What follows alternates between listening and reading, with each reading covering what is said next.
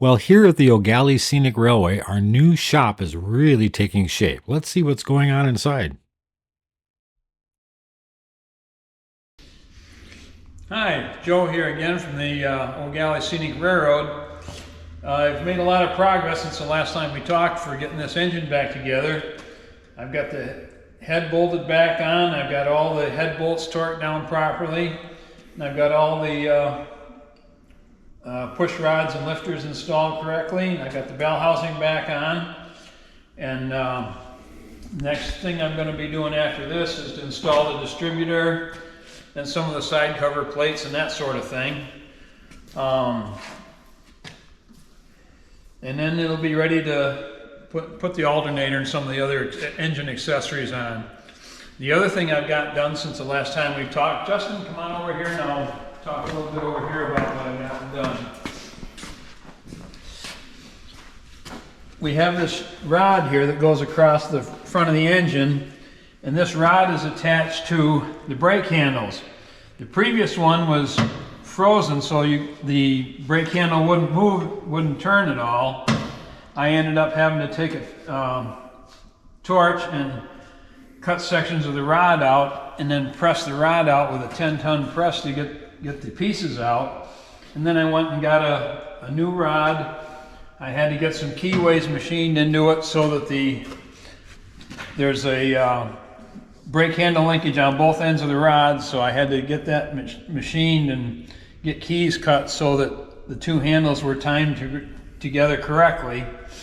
And to keep it from freezing up in the future, what I did while I was having that work done was I had holes drilled in the end of the shaft here and had that tapped and threaded so that I can put a grease fitting in this so that this entire piece of block here can be greased, and hopefully it won't freeze up again in the future. Or at least we can have a regular grease point now, one on each side, to keep that brake handle linkage loose again so we don't have that problem with it rusting and freezing up. And that's about where we're at for now. Thanks for watching.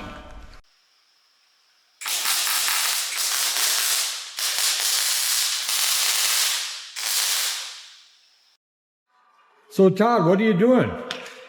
What am I doing? Okay. So if you look this way, we extended the shop.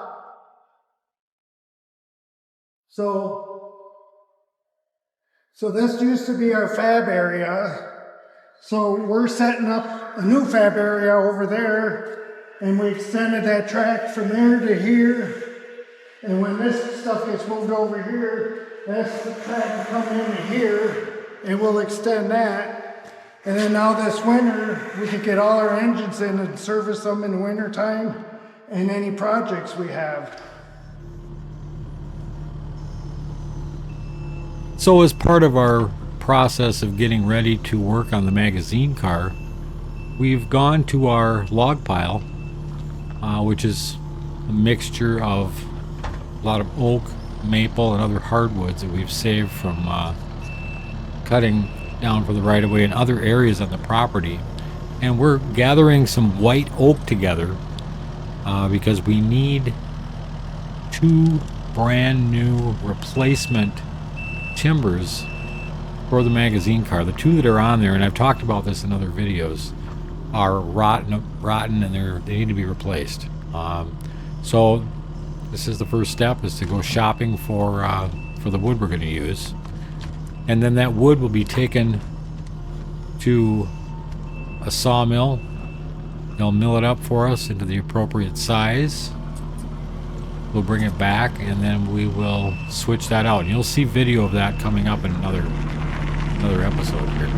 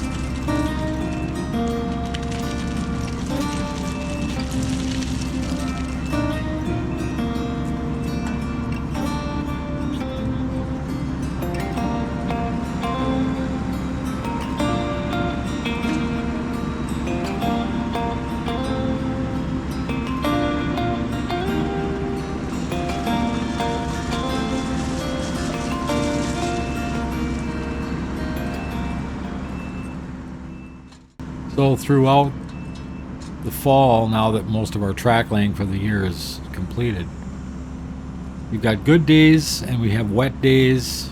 On the good days where we've got sunshine and decent weather and everything isn't soaked, we're trying to go back and do some ballasting in areas that we weren't able to get to earlier in the year. And so on the front loop of the railroad, we have our Y.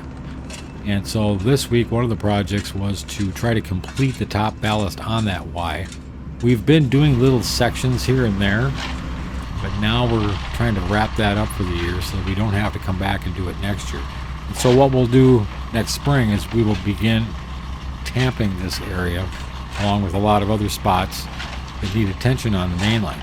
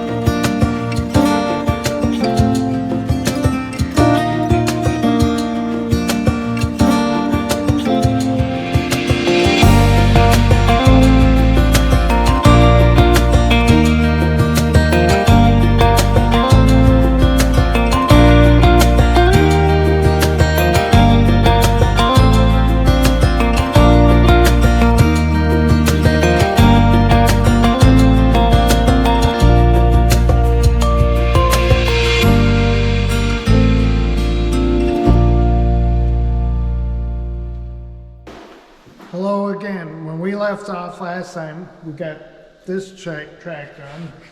We put 30 feet, and then we finally got the 40 feet done on this side.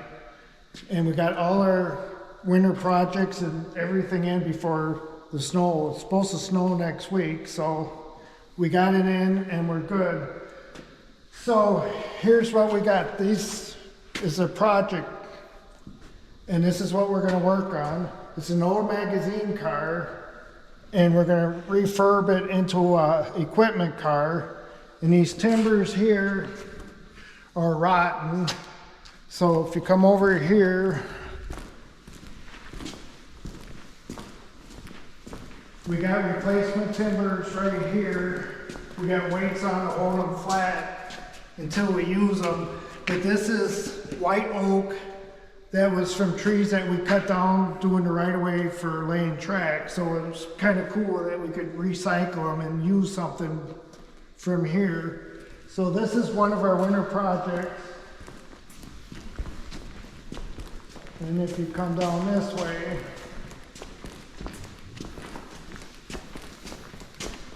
this is a ballast broom.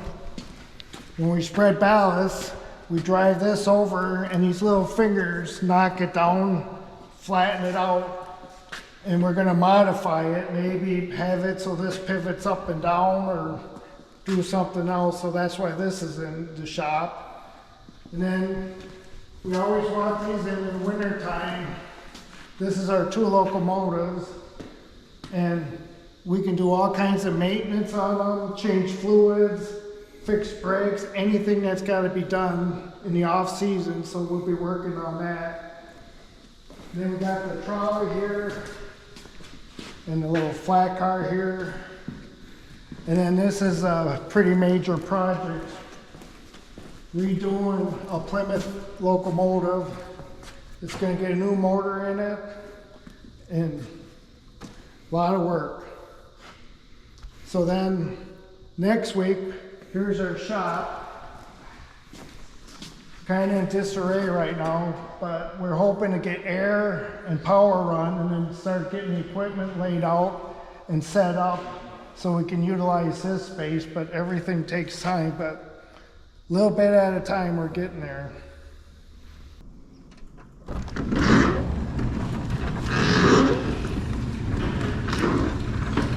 So I'm here in the entrance, the track entrance to our shop. I'm on the north track, and I wanted to kind of show everybody what we've done recently here. Now, we've extended both of our tracks back into our new shop area, and in addition to that, we've changed this transition from outside the shop to inside the shop. We have to be able to close these doors all the way, obviously, and we need a way to bridge this gap. So what we've come up with, Todd has welded plates on the back of a piece of rail, and basically what we do, we take our bolts off, we bolt this from the outside in, like so.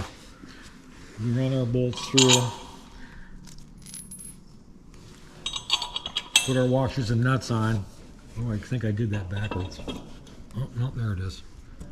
And we can run our equipment over. Now that seems like a very simple thing, but the story behind this is that this is the fourth version of this that we've made. Our first version was about 2 feet long, extended into the shop, and we didn't have this concrete pad that we now have on the outside of the building. So we had to use something longer to be able to bridge that gap. And so now we've got it set up with a small, simple 5-inch piece here. It's about 5 inches, where we can go in, make our gap, tighten up the bolts, run our equipment, and then pull it all apart. So it's a little bit of a change from what we had before, and it should work really well. So we did have a chance to put a crew together to start tearing apart some of the components on the magazine car, and kind of getting that to a point where we can start putting our new timbers, our new frame timbers in. And it was kind of a tough go. Obviously a lot of rusty old bolts that had to come out in preparation for the work. And so you can kind of see here that we've kind of started to dive into that. And Joe's going to explain that here and what the process was.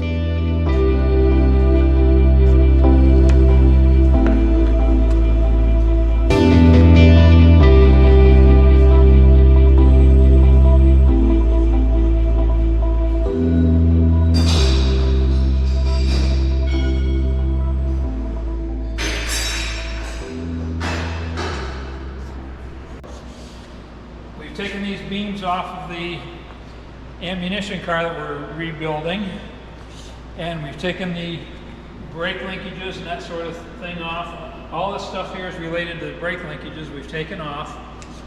And over here on the car now, the brake linkage went through here, and there was a piece right here. You can see where the old paint used to be, where we took it apart.